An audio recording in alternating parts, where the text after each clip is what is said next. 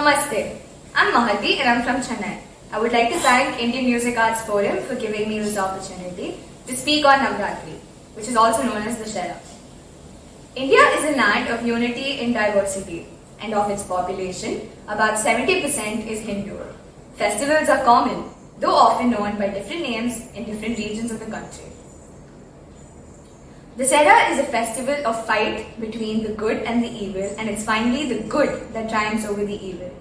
This sets as an example for humankind and enacted every year as a festival. In the northern parts of India, the festival is celebrated as Ram Leela, where Ravan personifies humans who run after materialistic things like lust for power, women, greed, and want to show their power on other human beings. However, Rama personifies humans who are more spiritual and who respect elders and convey the message of love and peace. Dussehra is celebrated by burning effigies of Ravana, Kumbhakarna, and Meghalaya. In Gujarat, Dussehra is celebrated as Navratri, where all the 9 days, the famous folk dance Garba is played by colorfully attired men and women wearing kedia and lehenga, respectively, dance throughout the night and worship goddess Durga. In Punjab, people fast for 7 days for goddess Durga and sing devotional songs throughout the night.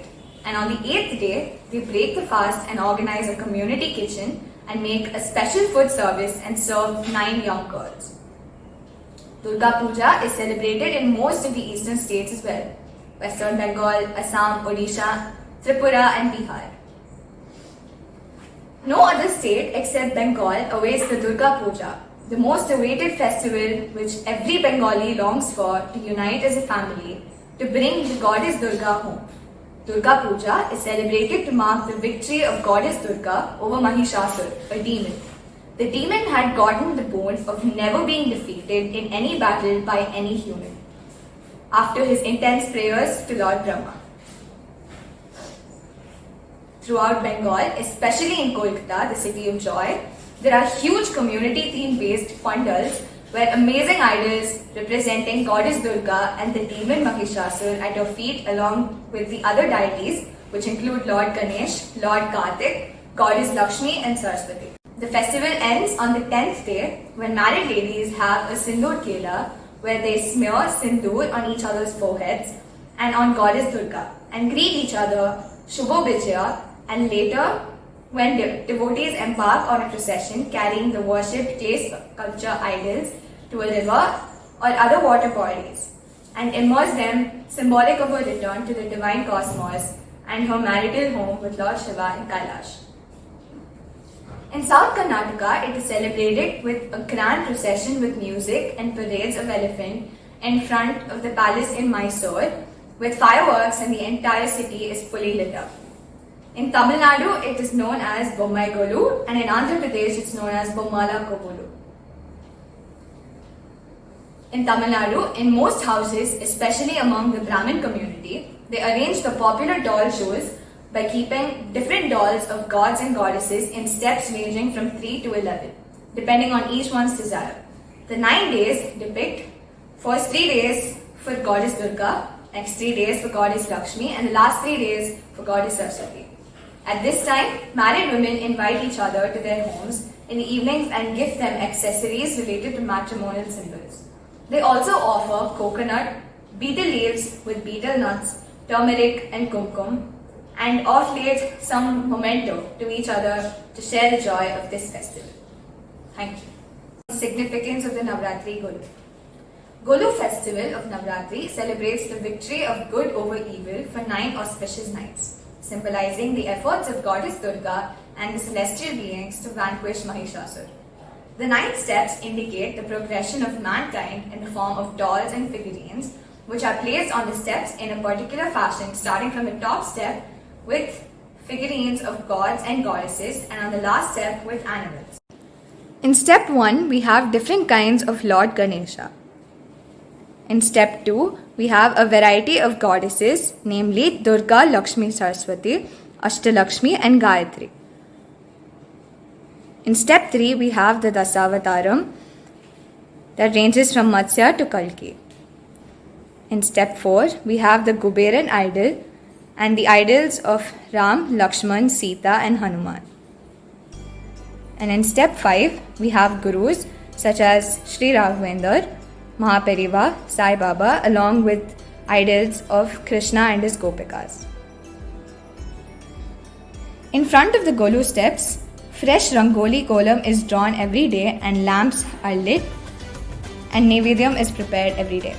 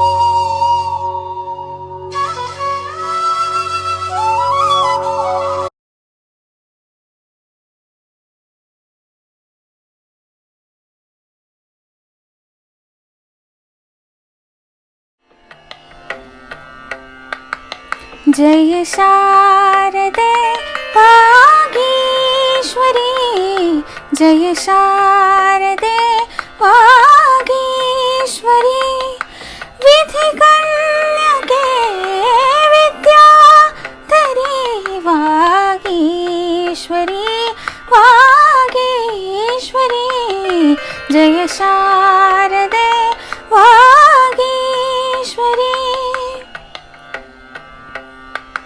ज्योत्स्ने परी कांति तुझी, ज्योत्स्ने परी कांति तुझी, मुखरम्य शारद चंद्रमा, ज्योत्स्ने परी कांति तुझी, मुखरम्य शारद चंद्रमा, उजळे तुझ्या हास्यातुनी, उजळे तुझ्या हास्यातुनी, चारी युगांची पौर्णिमा, तुझ्या कृपेचे चांदणे, तुझ्या कृपेचे चांदणे, नितवर्ष दे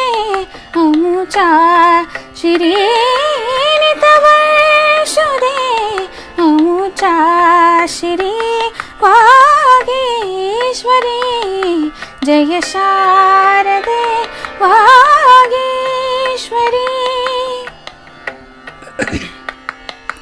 वीणेवरी फिरता तुझे, वीणेवरी फिरता तुझे, चतुरा कलावयंगुले, चतुरा कलावयंगुले, संगीत जन्माये नये, संगीत जन्माये नये, जडता मतीची भंगली, उन्मेष कल्पतरुवरी, उन्मेष कल्पतरुवरी, बहरून आल्या मंजिरी, बहरून आल्या मंजिरी, वागीश्वरी, जय शारदे वागीश्वरी, विधि कन्यके विद्याधरी वागीश्वरी, वागीश्वरी, जय शारदे वागीश्वरी वागीश्वरी वागीश्वरी.